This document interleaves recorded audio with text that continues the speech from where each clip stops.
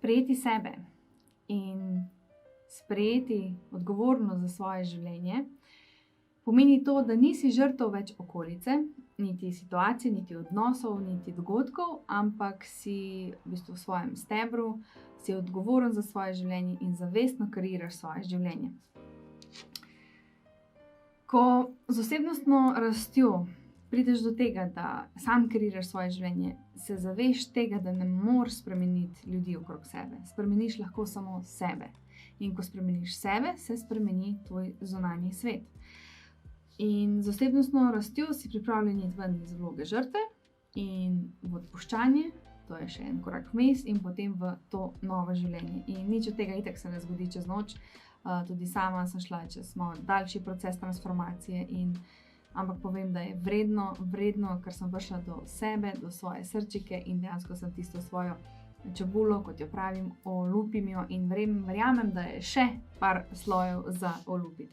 Kako postati kreator svojega življenja in kreirati zavestno svoje življenje je tako, da dejansko s prispodobo lahko povem, ker prihajam drugače iz podeželja in veliko sedimo pri nas in se ukvarjamo z zemljo.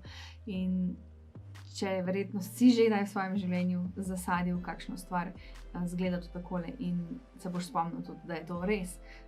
Ko damo sadiko, dobro sadiko, potem pričakujemo dobre sadove. Če damo slabo sadiko, ne bo nič dobro zraslo, ne? In tako tudi, če je v naravi tako, da selekcioniraš, da tiste dobre sadeže pospraviš čez zimo in potem na spomladi zasadiš, tako tudi s svojimi mislimi enako.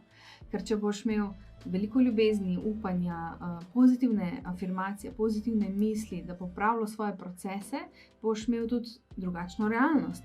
Če boš pa vedno godrnjal, bil frustriran, jezen, zaskrbljen, žalosten, bil godrnjač in dejansko s tako vibracijo potem kreiraš svoje življenje in z zakonom privlačnosti itak dobiš točno take situacije, ljudi, dogodke okrog sebe, da imaš še več tega godrnjanja, da imaš še več jeze in frustracije in besa in nemoči in vse te nizke vibracije. Ja, padeš dol, spiralno navzdol, ampak da se to vstaviti v trenutku, ko da še rečeš pauza, jaz si ne želim takšnega življenja, jaz si ne želim teh dogodkov, hočem to spremeniti. Kako to spremeniti? Ja, z drugačnimi mislimi. Tudi sama, da sem gasala recimo ta začaran krog, je to, da ko se mi je nekaj zgodilo, sem rekla, briši, popravimo to, pobrišemo to in sem povedala, kaj sem hotela, povedala sem, kar sem si želela, povedala sem, kako bi pa spremenila rada svojo prihodnost. In dostikrat sem se v tistem obdobju, ko sem se še malo lovila, ko nisem vedela, najprej sem se mogla zalotiti, da se nisem dobro počutila, ko se mi je to dogajalo, to je največji trik, ne, da se zalotiš sam sebe, ko kaj jeznega poveš, ali pa se ti kaj dogaja in si rečeš, nočem tega več, da se zaveš in potem si rečeš kontra, pozitivno, ne? Da spremeniš tole vibracijo, da spremeniš svojo misel, ker se veš, ne? Manifestacija, formula manifestacije je, spravi naše misli, naši občutki povzročijo naša prepričanja še zraven, da gremo v akcije določene ali pa ne akcije in potem imamo določene rezultate ali pa nimamo dobrih rezultatov, ne. In to je to, mi moramo notranji svet pospraviti in notranji svet spremeniti, da bomo imeli drugačen zunanji svet.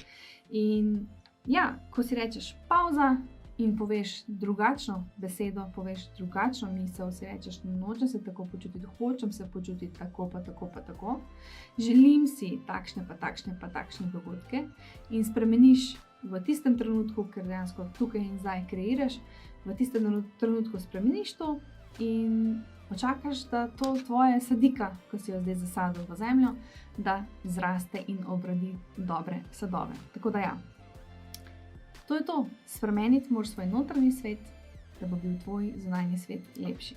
Okay? Če tvoj notranji svet ni lep, tudi zunanjost ne bo lepa.